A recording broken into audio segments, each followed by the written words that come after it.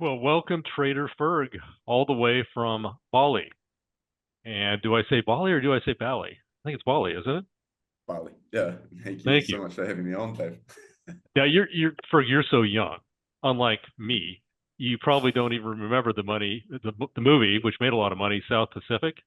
And there was a famous song, really really big song called Bali High, and it was about a mythical island. But your Bali is anything but mythical. But you personally are kind of mythic, and you're becoming more so in the financial newsletter space. And I will say that you are absolutely one of my favorite sources for research on commodities in particular. Not that that's all you do, but you really do get into the nitty gritty. And one of the things that I thought would be good for this particular chat is, I'll kind of go into just some generic areas, but I'm so restricted in what I can say about individual companies, but you're not. And you've done some great research on some of these plays on some of your favorite areas. So I'll try to tee you up in that regard. But first, if we look at if it's been a 2.5 year bear market for most commodities, right? Yeah, if not longer. It seems I know it seems like 25 years, not 2.5 years, but if it's kind of the crescendo is pretty much at or right after the invasion of Ukraine. Uh, and it's been, with the exception of gold and silver, pretty brutal. And, a lot of people are giving up on them. And one of the ones that, to get right to, my favorite area, and I know one of yours is uranium, where the news just gets better and better, both from a demand and a supply standpoint. And yet it's just dead. I know it came alive here a little bit the last few days, but I mean, it's had a nasty correction. And I think one misperception that the typical investor has, because this is really all they look at, is SRUUF, the Sprott ETF that holds physical uranium. But that's really the spot market, which is where very little uranium trades. Then you've got the contract market. And I'm going to just say this and then I'll shut up for a bit. One of the most interesting, and I don't think it was from you, I think it was actually from the Uranium Insider. It's like, why doesn't somebody go out there and buy a ton of the uranium? Somebody would have to be an institutional entity. And because you can do these long-term contracts with utilities where they'll basically, the floor is the current price, and they'll give you upside up to $150 a ton, which is almost 100% upside. So it's like the greatest risk-free trade of all time. Now, obviously, a retail investor can't do that, but we can kind of ride the coattails of somebody that could do that. Have you heard that particular idea? Yeah, certainly. Well, there was people that did it last cycle and that they really leveraged themselves to purchasing physical as a means to sort of on sell it. And it's honestly the biggest head scratcher is the fact that as of last year, like it was always the original uranium thesis was that you've got this macro thesis where you're gonna have whatever it is, 450 or 60 operating reactors that they can't substitute it. They have to come to the market and buy. We know what their replacement is, sort of 180, 190 million pounds, and they have to at least buy replacement. They've been drawing down their inventory, so they'll have to buy more than replacement. Historically, they can get up to sort of 140% of replacement, 150% of replacement. And yet, the last few years, they haven't even come close to replacement. If we look at 23, it was about 150, 160. Last year, even with, I could kind of blew me away that term contracting landed about 105 million pounds. So like nearly sort of half of what they need to be doing. And this is all well, as you say, everything we're looking at is positive. It's like a joke. It's like a game of musical chairs where there's all the utilities are sort of dancing around the room, and one by one, the suppliers are taking away the chairs. Like you could say it's 10 utilities, and say they already knew that there was only 7 chairs, and then Kazatomprom sort of announced it's going to not going to make its subsoil agreement, subsoil use agreements, and that's like the equivalent of walking in and taking yet another chair out the middle, and yet no one seems to care. And I, for one, would say I was completely wrong when I thought the utilities would care when that happened. And yet, yeah, as I say, here we are in now 2025, and last year was just over half of the basic replacement rate, and you know they have to buy. It's not as if they're going to go out there and buy thorium, or there's not Right. something they can just substitute for. And so it's it's one of the most frustrating trades I've been on, and yet I think it's still airtight. The only issue with it, with hindsight, was it's certainly a lot of people understand it, and there's been an awful lot of since it's got so much airtime, a lot of retail definitely jumped on it, which has caused pretty heightened volatility. So that's one of my takeaways, is maybe really lighten up when I see that sort of to get that much airtime, even if the thesis hadn't played out, which is kind of hard, because I'm certainly one to really hang on to a thesis until I think the actual fundamental thesis is playing out. Well, I think that's a critical point, and that's something I've learned too. And I think that's why we've been pretty fortunate with commodities, where a lot of people kind of give up on them, say, oh, they're way too volatile.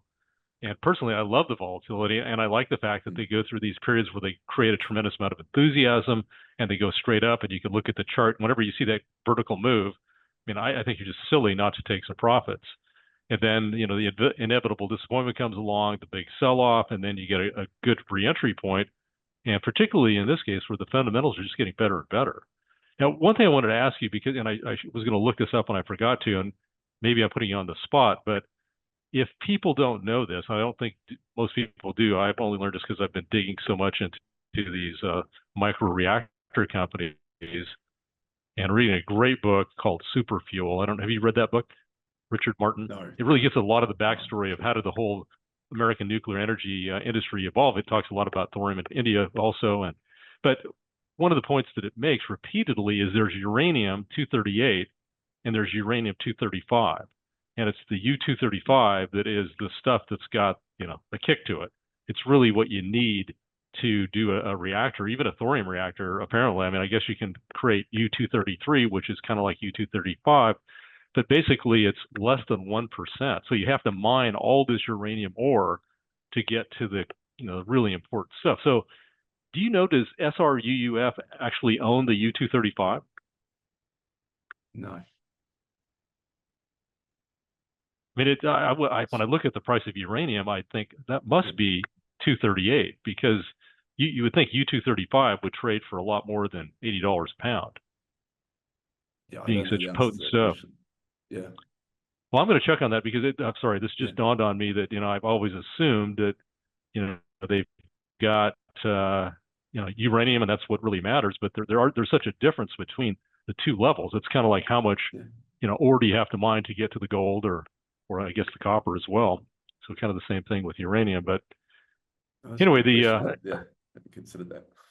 so one of the most amazing things last year was what happened in the year before, even with the Biden administration, which had been quite hostile, like most on the left and in the West, towards nuclear energy, and really had an epiphany and did a 180 and became very supportive. But now we have a president who is like ragingly supportive of nuclear and is going to try to do what he can to accelerate approvals of nuclear plants in America. I think he's going to be more successful, frankly, with the smaller, kind of micro reactor companies. But the problem is that technology is relatively unproven, although some of it goes all the way back to the 1960s at Oak Ridge National Lab with Alvin Mm. Weinberg.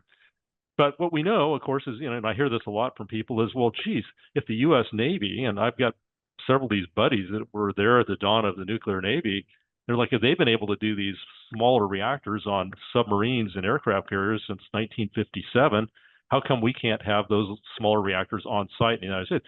And you can, but it's important to realize those are light water reactors. Those are basically smaller versions of the big guys that we're familiar with, which are the typically 1 gigawatt, 1 billion watt plants, the ones that have had so many problems in the West, cost overruns, and of course 3 Mile Island, I think it was a 900 megawatt, so almost a gigawatt plant, and they come with problems. I mean, they rarely have problems, but every once in a while they do. If they lose power, then some really bad stuff can happen, which is what occurred at 3 Mile Island. It's what occurred, of course, at Fukushima in Japan in 2011. These smaller ones, particularly the ones that are molten salt, as some of the people on this know, they basically just shut down. So they're harmless in the event of a loss of power. So anyway, I think that there's big stuff coming. What it reminds me, I've kind of just had this thought here recently because I was really early on with the whole fracking thing, mostly because of my exposure with the pipelines. And as I was going to these research events with the pipelines back in 2005, 2006, 2007, they started talking about this fracking revolution, which kind of came out of nowhere. And over that period, let's say the last 15 to 17 years, the United States has basically created two and a half Saudi Arabias between the oil and the natural gas. It's truly one of the greatest energy miracles ever. And I look at and that was considered to be kind of a dead industry, at least in the United States. We were considered to be tapped out and have to rely on foreign suppliers. And that's kind of the perception of the U.S. nuclear industry today. It's basically shot. And I think it's going to get a great shot in the arm. And there's just so much evidence of that. And yet you hear this key ingredient, which continues to trade, well below where it was 15 years ago. Now, 15 years ago was kind of a spike high, maybe a bubble high, but adjusted for inflation, this is a very low price. So anyway, do you want to add anything to uranium, or do you want to move on to one of your other favorite commodities like palladium? No, I think there's like some fascinating points in what you just covered, and the fact that like it's kind of a sad history that we selected light water reactors purely because of the Navy. It was what the Navy wanted. That's where the funding went. And the molten salt, even though it was promising coming up 50 years ago, it just got sort of shelved. And it's so much more like removes pretty much all the objections, sort of the meltdown risk. You put them anywhere, you can make them quite modular. If you factory manufactured, like mass manufactured them, it is like the next step in a sort of energy density evolution. Like I kind of always say the way to think of energy density is just look at the history of shipping, which is so went from sort of rowboats to sails to then like steam power, then bunker, and then obviously ended up with nuclear and military ships. And can you imagine going back to like sails, which is what we've essentially tried to do with our energy policy, like the renewables. Revert from nuclear back to wind turbines and solar. And it's when you lay it out like that, like we've even had some examples, the likes of the Australians, they were trying to put diesel motors in their submarines and spent a silly amount of money on it before finally admitting like it was just a massive waste of money and time, because like a diesel submarine is no match for a nuclear submarine. And so they've had to rejig the whole policy. But I like your analogy as well of the sort of fracking revolution, because I do. One point that I've been looking at is the fact that not only do you sort of have the amount that got brought on, like we essentially the US brought on two Saudi Arabia's worth of energy in terms of bringing on oil and then the gas with fracking, and you almost had a similar circumstance play out with Kazatomprom with their ISR mining, just bringing on massive amount of uranium very quickly, but that comes with quite a steep decline.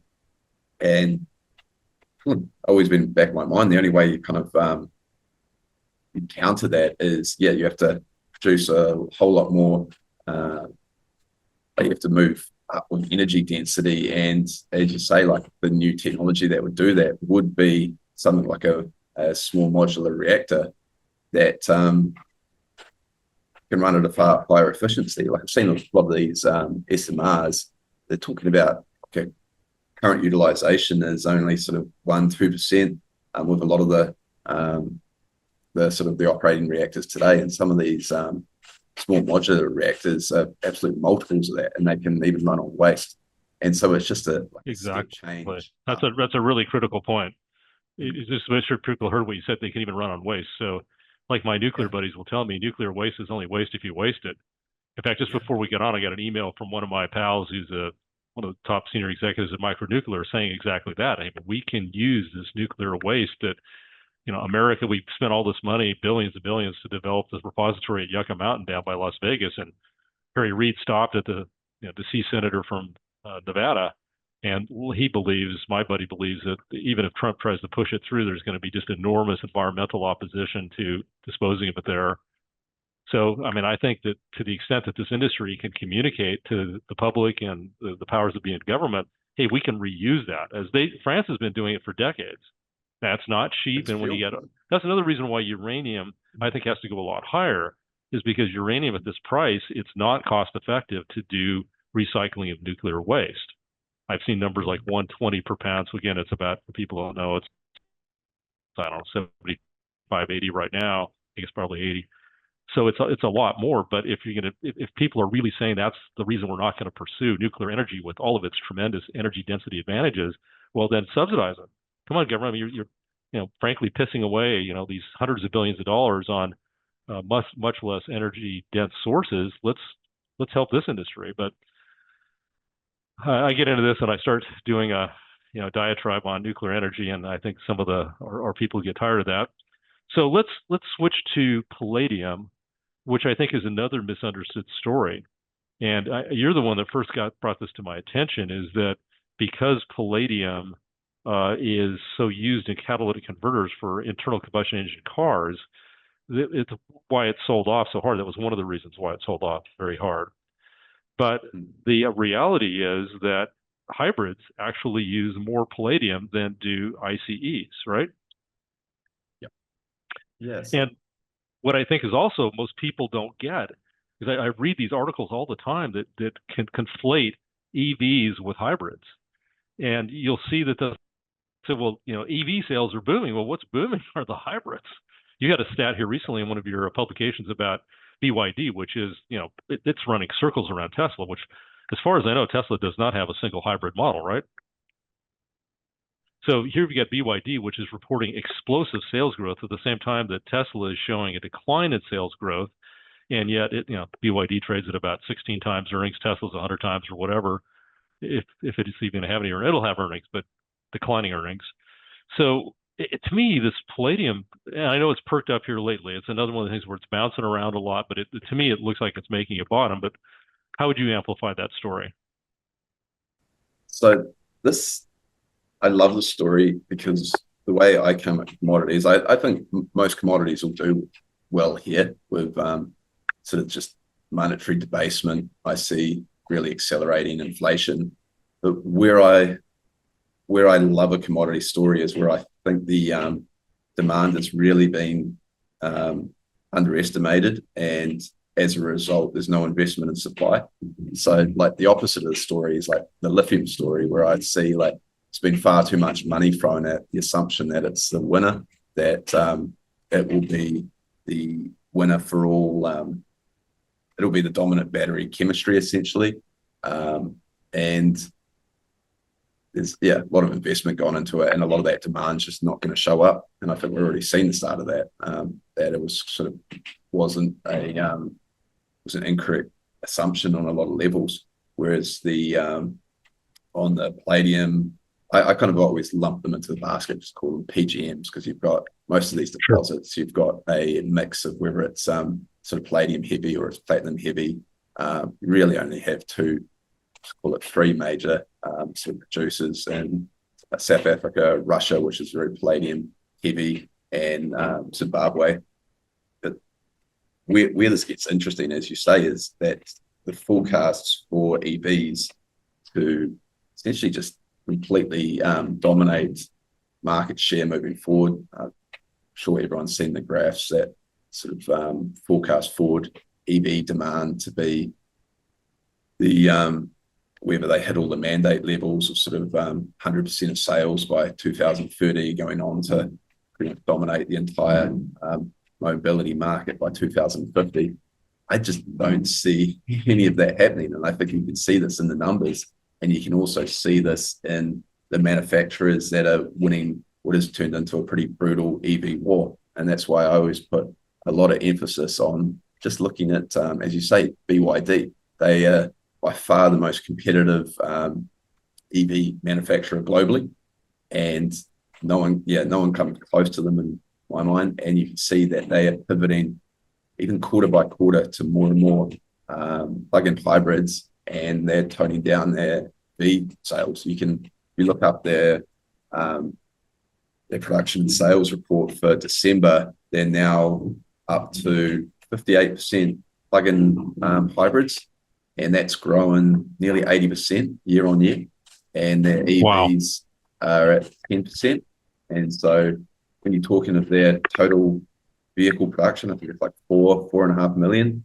Yeah, they're really ratcheting up those plug-in hybrids, and they're honestly, like, I kind of compare it to like the sort of the Apple that period when Apple just had crazy innovation, like you were just like hanging on your seat for the next iPhone sort of release, like some of their latest, like the Seal, how it can do 2,000, so maybe even more, to the 2,100 kilometers on a charge and a tank of gas. Like, how Right. can anything else compete with that? And that's like 13,000, 14,000 US for a car. Like that's just such a value offering that I haven't seen anything that even comes close. Or you've got the name's escaping me, their latest four-wheel drive, which can float across rivers. It can do like it can turn on the spot. It can park. It can parallel park completely sideways. It's they're innovating at a cost price that, yeah, no one else is even in the vicinity of. And all these are driving up the demand for PGMs, in that whenever you have a plug-in hybrid, the most sort of exhaust intensive period is when you first start an engine. And so with a hybrid, since you're switching back and forward between the battery and the engine more consistently, you need at least, I think they average it out at about a 10% higher loading than just a straight internal combustion engine vehicle.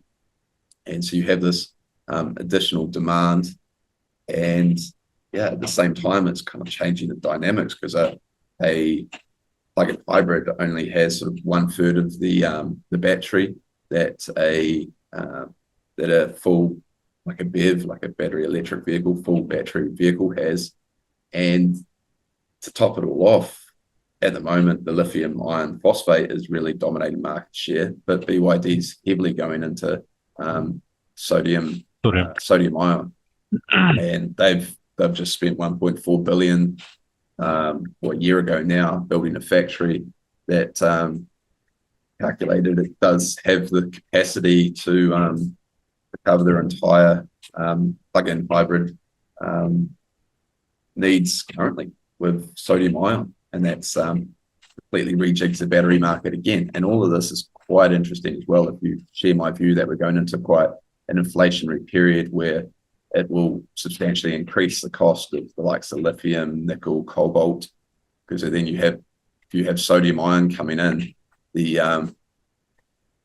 don't have the inflationary pressures, so a wider gap will open up between these battery chemistry costs, meaning that the likes of BYD or anyone focused on plug-in hybrids and sodium ion, they'll just become more and more competitive. And that's why I see these booming in the developing world, which is where the vast majority of sort of automotive demand is. Like, it's pretty anemic in the US and Europe, where everyone sort of shows some of the Western EV makers are keeping that sort of demand up, especially with the sort of the tariffs to keep likes of BYD out. But yeah, that's why I'm very bullish on palladium, platinum, and rhodium. And also, you can go down the road also just looking at supply, and it essentially rolls off a cliff in South Africa.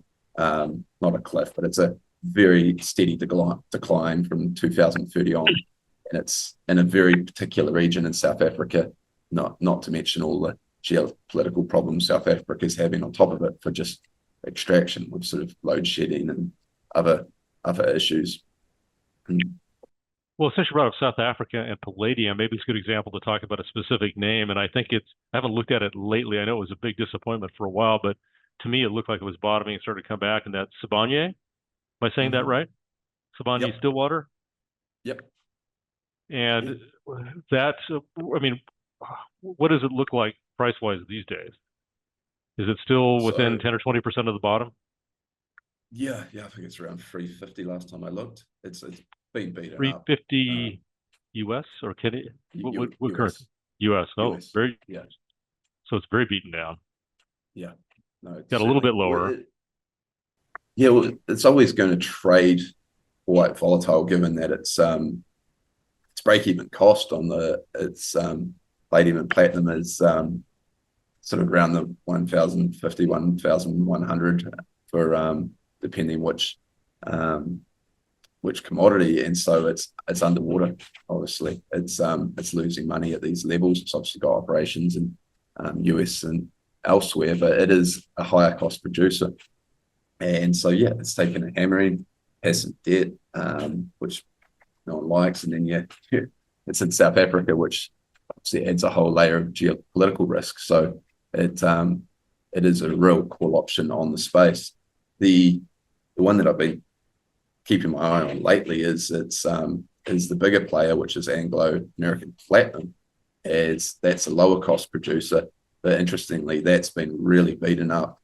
Not quite to the level of Sibanye, but it's Anglo American. Its parent company is trying to essentially get it off its books. Like they are trying to go to a pure, like it's so similar to what BHP and another few have done. They spun out all their coal assets, and now they're trying to get everything off that isn't clean energy or copper related. And so they're saying by the second quarter of this year, they'll have exited the last of their position. I think they started off about 75%. They're down to about 67% holding, and the stock's near an all-time low. So I'm like wondering how they're gonna offload this in the coming months. So I'm keeping a close eye on that as well, as that's right down the cost curve. The only one that's like obviously a lot lower is the Nornickel. The Russians, like it's essentially a byproduct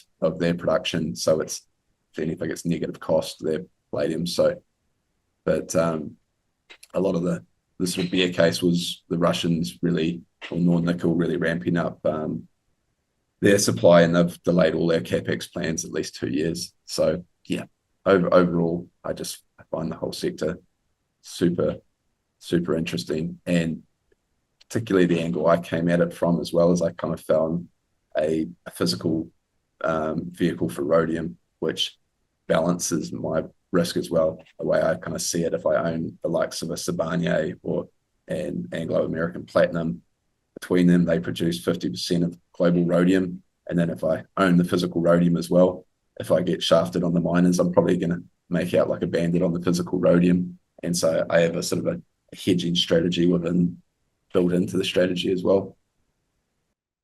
And that sort of works with palladium too, right? If Sibanye really has production problems, has to shut down because they're losing money, and that does seem like would be a logical thing to do, then that could drive up the price of palladium. But bringing up platinum, PGMs, and as you point out, these guys they're all kind of lumped together, right? So platinum, palladium, rhodium. I think what you're saying is they tend to be found together in the same deposit veins or resources. And so, I'm so old again, I can remember where I think for most of my life, platinum traded a premium to gold. But in recent years, it's been very much the inverse of that. And it seems that, I know that the bear story on platinum versus palladium is that it is used primarily in catalytic converters for diesel engines. Am I right about that? Doesn't really have the market share on the traditional internal combustion engines. And there was a time when diesel engines, that was a big growth story. I don't remember, before the scandals with, was it Volkswagen in Germany, where they were messing with the emissions data, and of course, that was a huge problem and controversy. But diesel is not the growth. And in fact, if you look in China, what they're doing is they're replacing a lot of their diesel trucks. Well, I shouldn't say a lot, but a significant portion with compressed natural gas. Another bullish factor for the natural gas story, which we'll talk about in a bit. So diesel to me doesn't seem, but putting that part of it aside, platinum still is a valuable commodity that maybe someday will be considered to be at least equal to gold in terms of its value, ignoring the catalytic converter issue. But do you have any thoughts on why it trades so chronically cheap? Yes, I have a lot. It's just to start with, there was a back in 2020 that they found a way to substitute platinum for palladium, which kind of shifted that dynamic slightly, in that you use more platinum and less palladium. so that kind of rejigged the market dynamics slightly there.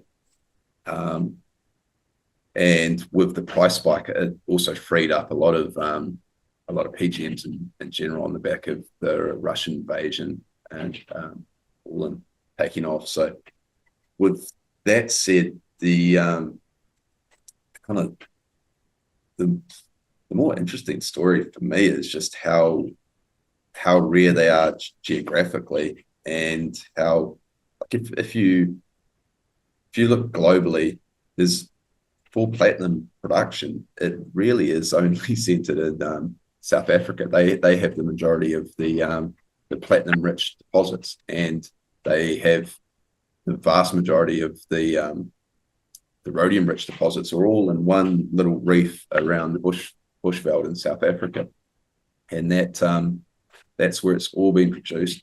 There is no real plans for any boost of production other than Zimbabwe, but again, that's palladium heavy like Russia.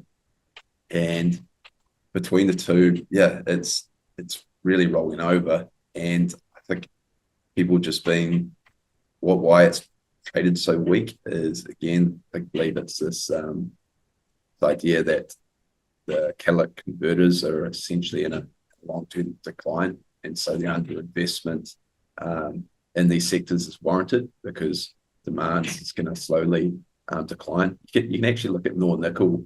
Their presentations are really interesting because they've got to spin, because their main commodity is nickel. They've got to spin the battery story because that's their main product, and they've got to kind of play down the sort of the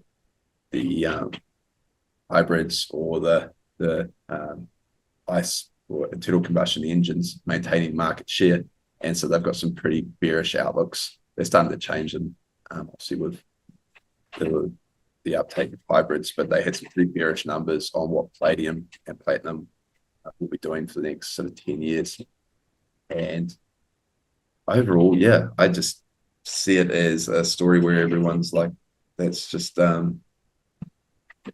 it's not attractive, and it's largely hated, and it's kept going lower, and no one sees a demand use for it. And it's just fascinating that it's trading at this level, and to the point that even the people that understand it, they're so old. I was unfortunately didn't manage to get Dr. Davis, who's like an absolute expert in the space, but he unfortunately passed away at the start of last year. And he's been all over not only the fact that the sector's in decline due to underinvestment, and that you're seeing kind of like similar to what we saw with uranium, and that mines are actually being put in care and maintenance, like Sibanye-Stillwater's Montana operation. I've put sort of essentially 50% of it in care and maintenance. But you're also seeing inventories. Inventories don't look crazy low if you just look at them at a straight level. But what has actually happened is China's essentially cornered the market. It's been the likes of Europe, Japan, the rest of the world, their inventories of platinum in particular have gone to more or less zero. So they're living sort of hand to mouth from South African mine supply. And China is increasingly stockpiling more and more, and it does not release its stockpiles. It's only available to its industry, which is... That's a familiar story. Yeah, seems to apply to a lot of commodities these days. The Very West much is so. apathetic, and China continues to accumulate. Well, Yes. what we're going to do here is in another 10 minutes or so is open it up for Q&A. But before we do that, I wanted to, again, get to a specific name, but this time shift to energy. And I know an area that you like a lot are the offshore drillers and offshore service companies. And I know that Valaris, VAL, is one of your favorites. It has been under a lot of pressure, as have been almost all energy stocks. Like I was actually quoting Louis Gove here recently, I think it was last week with Adam Taggart, that somebody said, and you've seen this actually at the price of oil since the inauguration, that oil's going down because of drill, baby, drill. But somebody forgot to tell the oil service stocks because they've been in a vicious bear market. But it does seem to be kind of ending. There does look to be a bit of a bounce back occurring. But Valaris is still extremely undervalued in your view, correct? 100%. Yeah. So this is probably what I find the most compelling sort of little sector at the moment is what I call like the drilling cartel, which I would sort of include the likes of Tidewater, Valaris, Seadrill, Noble, even Transocean. even Transocean. Yeah. Granted, it's yeah, I don't find it as attractive as the others at this point. But yeah, I find so going through the entire like why we're so negative on oil. I just wrote a big piece on this, and I just think the demands, the sort of expectations of demand is too pessimistic, and we're already seeing the likes of IEA revise demand up. They always underestimates the developing market. They certainly do. It's like been a big topic of mine. Yeah, they just do it every year. It's like it's insanity. It's probably one of my favorite charts. Is they've underestimated it by, but was it a decade straight by, and then they have to have these massive revisions. So yeah, you can. I think I always say you can pencil in at least 1 million barrels, if not sort of 1.3 is kind of the average. And then once you see that demand holding up, GIEA is now currently sort of saying, yeah, that's more or less where it's going to land. Then you go so just to be clear, you're talking, when you say 1 million barrels, you're talking about 1 million barrels a day, right? Yeah. That's massive. Massive and continual, well, not perpetual, but repeating undercounting, repetitive undercounting that's gone on. I think the last I saw from Mike Rothman from Cornerstone, who's really kind of the world's expert on this, he calls it missing barrels. The missing barrels are up around 1 billion now, and they do these periodic revisions and to try to get in line with reality. And then they, for the next few years, stay in their la land, and then the divergence grows again. It reminds me a lot of the jobs numbers in America, frankly, where people focus on what Bureau of Labor Statistics reports contemporaneously, and then the passage of time, they go, oh well, we're off by 600,000 jobs over a year's time or whatever it is, but nobody pays attention to that.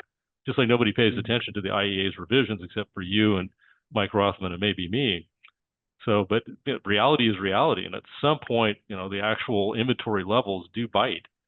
And I think we're just creating this kind of chronic undervaluation of oil because they are considered to be the authority still, despite the fact they really should have no credibility. I don't understand why they have any credibility with that forecast track record. But yeah, as you say, it's a horrendous record. And then you look on the supply side, and shale is topping out. Yeah, if you track the real-time data, they are plateauing. They haven't been able to set sort of new time. They haven't been able to break through from their all-time high from sort of 2023. If you remove the adjustments, it's plateauing. And people I follow really closely that are sort of all over the real-time data, the likes of HFI research, just showing that it's topped out and it's getting gassier. The only things that are increasing are gas and NGLs, and all the additional supply that's forecast, it's going to fail to show up.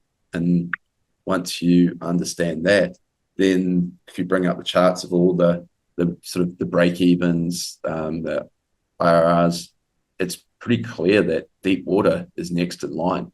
And so once shale really stalls, which I think we're seeing right now, is you have to start going out to deep water, and that's where these offshore rigs have been in a brutal bear market. Obviously, a lot of them have gone bankrupt, restructured, and including Valaris, right? It went through bankruptcy, right?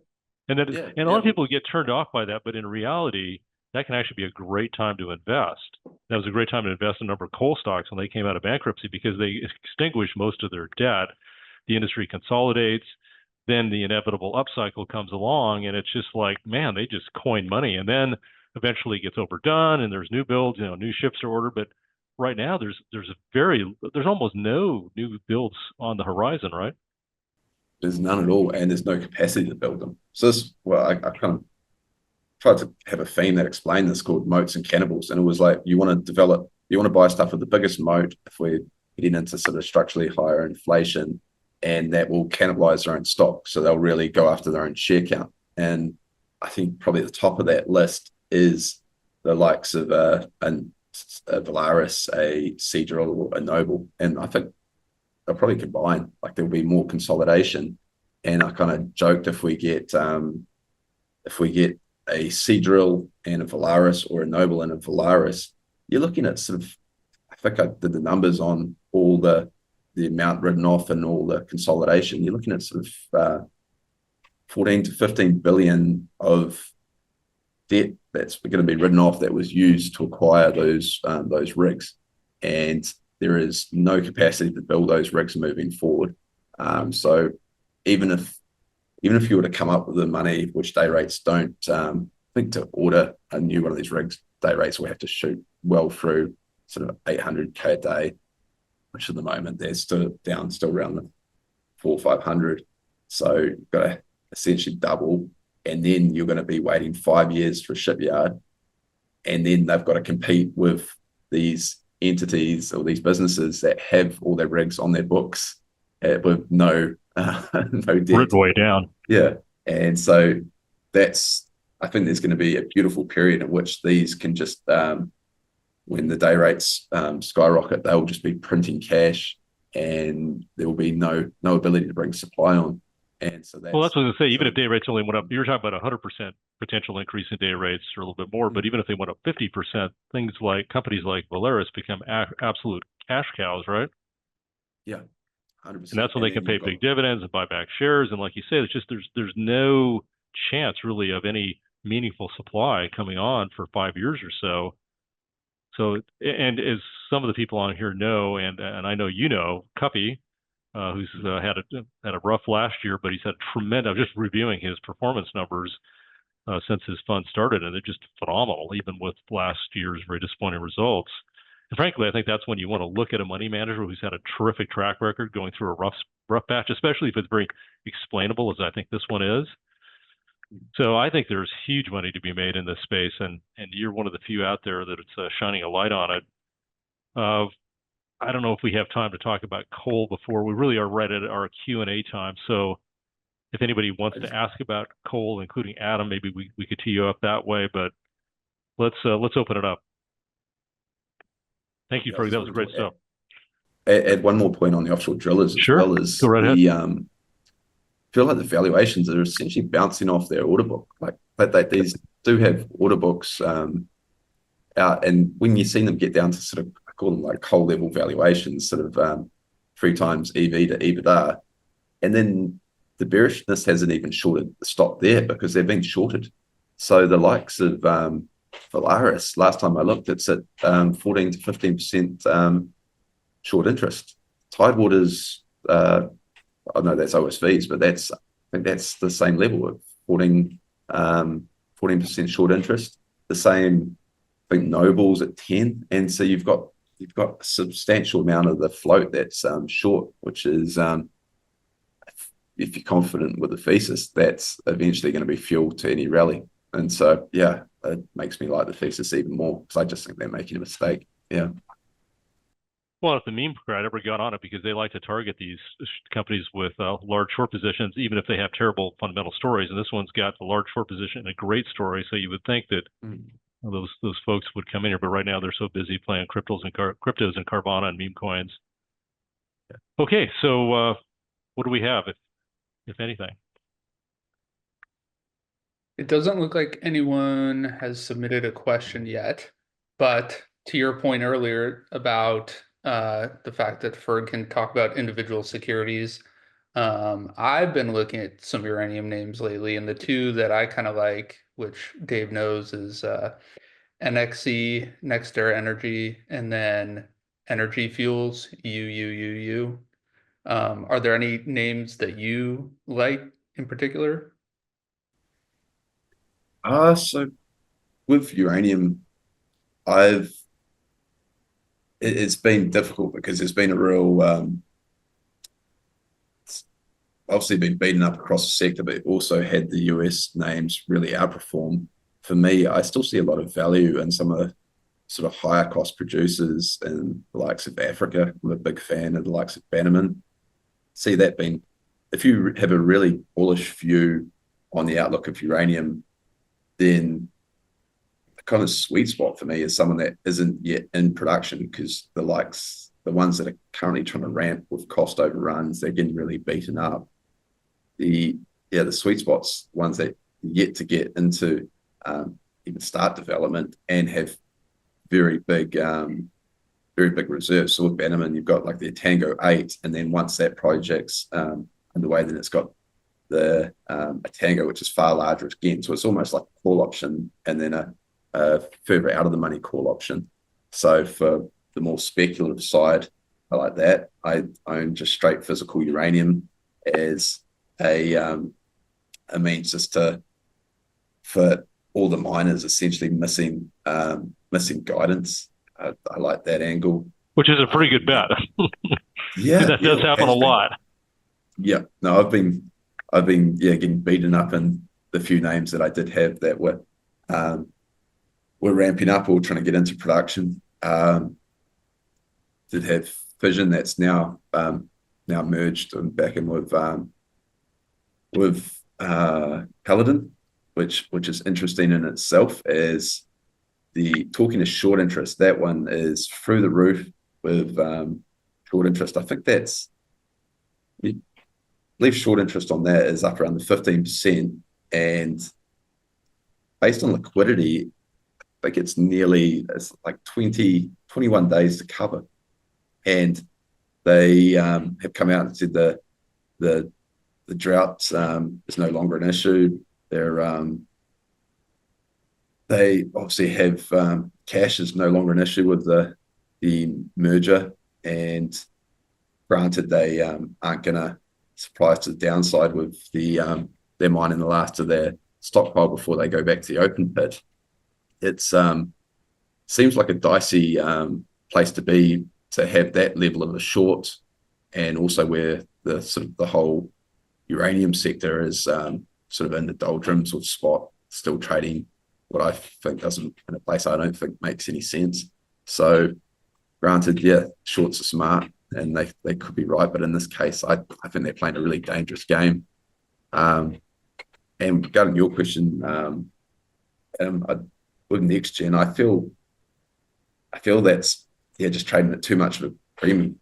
The way I always looked at it with you always had sort of risk on and risk off within the miners as well, because the US and the Canadian names were always viewed as more sort of risk off, safer jurisdictions. Often a lot of them had sort of lower cost mines, and the ones on the ASX had generally a lot more mines in Africa at higher costs. But when uranium goes kind of risk on, they really outperform. And it's just fascinating to go across the space. And you can just, off the top of my head, I think Boss has, I think Boss is up to like 18% short. Yeah, I said Paladin is at 15%. Bannerman's up around 5-6. So they're really shorting them when this is what has always shown itself to outperform in a risk-on uranium environment, which I Sorry, are you saying Boss, like BOSS? Yes. Okay, yeah. And do they trade in Australia, ASE? Yes, they all trade on the ASX. There's an interesting, there's an interesting dynamic going on in Australia that a lot of sort of mid-sized commodity companies just being shorted into the ground, like even the likes of kind of like coal players, like the shorts are really going after the likes of Whitehaven, New Hope. It's kind of fascinating, unless I assume these are all like long short trades, that they're essentially long a sort of a next gen and short a Boss, as that would make sense in the way of the Boss has obviously got to announce what its costs are in the next month or so, and the trend is for them to all have cost blowouts and underperform in that way. But yeah, it's a point at which you've got to realize that there's a big hole in the amount of supply. There's a big gap between demand and supply moving forward, which needs to be rectified as well. So I find the setup really, really interesting. Yeah. Good stuff. Well, the reason that I find next gen quite interesting is it's mostly all baked into the Rook One project, which it sounds like could be or will be the largest uranium deposit in Canada that they apparently have control of. So, and to your point, they're pre-production, but yeah, they're also expensive. They're not really making money. So yeah, it's an interesting space. It's a little tricky from my perspective as a portfolio manager, because you look at the energy, natural gas, oil producers, obviously with coal producers, and you see copper, tremendous cash flow and real revenues and lots of free cash flow, excess cash flow. And you go into that uranium space, even with the Microsoft of that industry, Cameco, and it's like, wow, this is pretty heroic in terms of the valuation. So it's tricky, but you're making a good point. If you're willing to go down on the quality level and go into some of these more illiquid names that are heavily short, and particularly if uranium goes back to $120 a pound, you make a ton of money. But it's risky. Don't want to mislead anybody in that regard. Yeah, well, that's what I like to sort of have a slight barbell in that I hang out in coal, in which a lot of these are trading sort of with 3 times cash flow, and then with uranium, it is quite a sort of a conviction bet on where uranium needs to trade, and what I think you've already seen it with the sort of the contracts that are being done. I believe, forget which contract this was done with, but it was a sort of a base of $80 a pound and a ceiling of 130, 140. And I see a future, not too distant future, in which the base is 120 and the ceiling sort of 170, 180. And like you're right. Yeah. And so I see that as quite likely, and then they don't look so expensive. Obviously, you've got to have that belief. Right. And do we have anybody asking questions from our group? No one has submitted anything, but you did just touch on copper, and that was going to actually be my other question. So you kind of stole my thunder, but just any thoughts, Ferg, that you have on copper going forward? So I haven't invested in copper at all. I think it does well. The issue I had with copper was how much of the demand forecasts were around renewables and EVs. So if you took sort of the likes of, I think it was S&P Global, they had half of copper demand was going to come from the likes of from wind and EVs out to, I think it was 2040. And I don't see a lot of that build out happening. I think wind energy is already close to peaking, and so I just, back to what I think I talked about when we first started talking, is I want the biggest mismatch between demand and supply. I love the sort of like the thermal coal story, where apparently it's dead and where it's in terminal decline, yet every year it makes a new high. and yet there's no one working on supply. Like, one of the biggest surprises for me with thermal coal was the fact that even the Indonesians are like, we're not going to invest in it anymore. We're going to have a whole lot of our coal companies try go green and spin out their assets. And I love a story like that. Whereas copper, the transition story is been massively invested in by a lot of the mining majors. They're throwing a lot of money at it. And so inherently that'll give a future where copper supply and demand isn't as tight as something like PGMs or like thermal coal, and all things equal, should get a larger price response as a result. And so that's kind of where I sit, is when I see someone like, I think what we talked about before with the likes of Anglo American trying to spit out Anglo American Platinum, or probably the classic example is when they spun out Fungella, their South African coal thermal coal operation, they were up 5% over the next year, and Whangela was up, was a 10x. And Wow. so you have, I prefer to pick up what they're offloading when they justified it because they were trying to be sainted as a transition company and get a higher multiple. Get the ESG halo. Yes. Yeah. And, yeah. Well, one good thing that. for copper, and I'm looking at an email from a very prestigious individual named Fergus Cullen, and he was responding to my question about copper usage in hybrids versus ICEs, and it is, 2 to 3 times as much, but not nearly as much of an increase or delta as with true EVs, where you go up a factor of 4 or 5 times. But still, if hybrids are growing really rapidly, that could be still a kind of a mild bull story for copper. Yeah, most certainly. That's why I started with I'm by no means a bear. I think the story is still really positive. I do believe like we are going to continue to electrify at a very high rate. It's just the game you play is always expectations versus reality, and I think expectations are a little bit over their skis. Not nearly as much as the likes of lithium. Granted, a lot of that's been wiped out, and so I want expectations in the basement. Yeah, I want that. That's kind of my whole framework. How I come at investments is I like to see.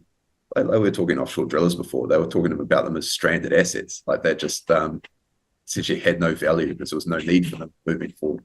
The same for coal companies. Like the valuation itself is telling you that the market doesn't want to assign any value if it gives something like a 2 times cash flow, saying that asset is terminal in 2 years. Yeah, and I think those are the places where the biggest returns will be over the long term. Since you brought up coal, just to make sure that our listeners get this, is that when you say thermal coal, you're talking about coal that's used by utilities to produce electricity, correct?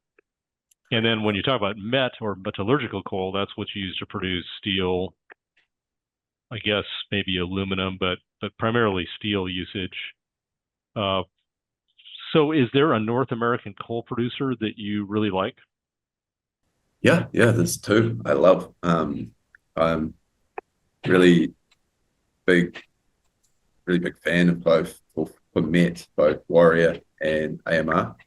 They're because they've become even more attractive when you consider that a lot of the acquisitions lately that have been really that have held up the likes of Peabody acquiring Anglo's assets recently. They're all in Queensland, where you have this very high royalty regime.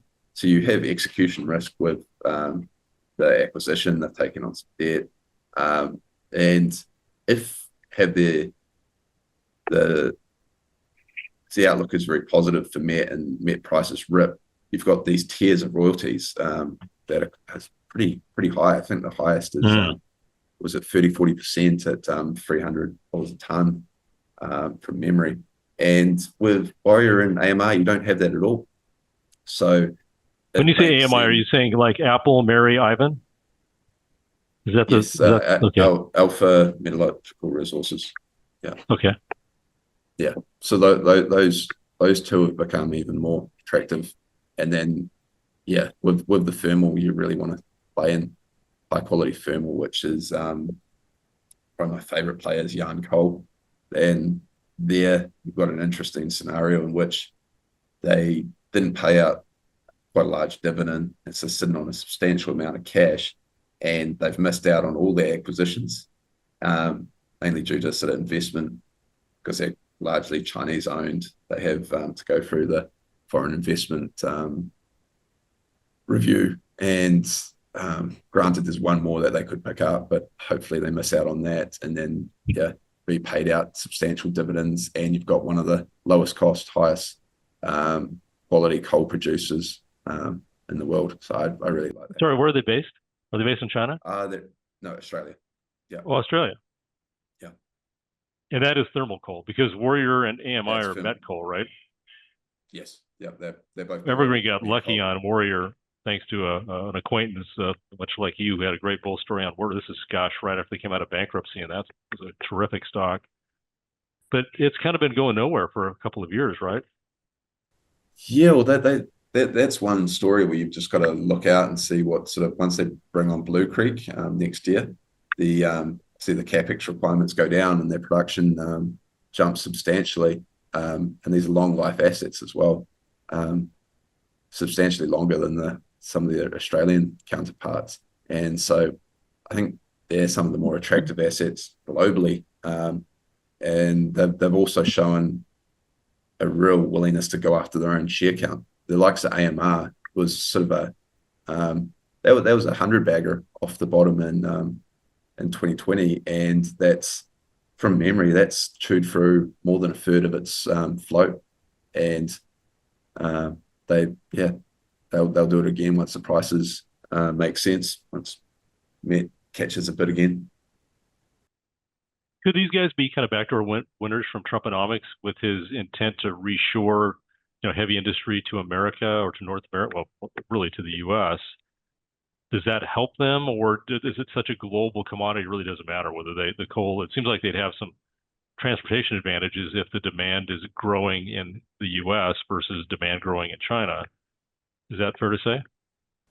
Yeah, certainly that could be sort of on the margin. I think the real story is India. Yeah. Interesting. If you break it down, India has really low quality coal, and their the growth is China with its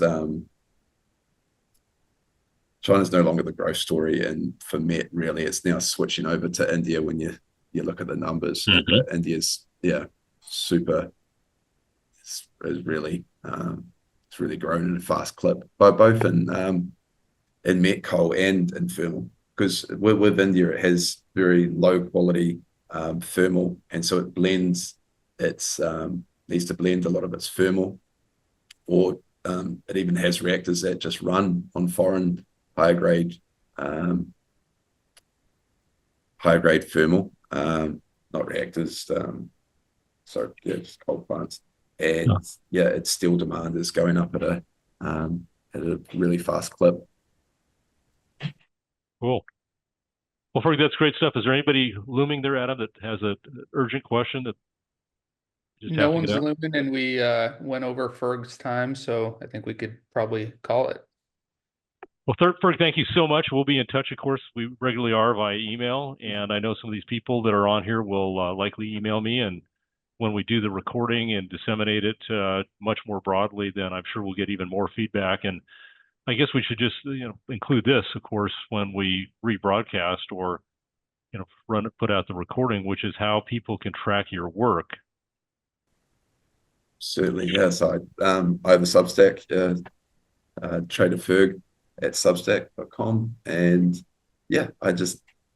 I love this stuff. I spend the whole time pretty much just reviewing different setups and rejigging them for my own portfolio. That's where I always came at this from, is just managing my own money and trying to make sure I don't miss any big trends in the sort of hated commodity space. I'm not always doing commodities. Yeah, okay.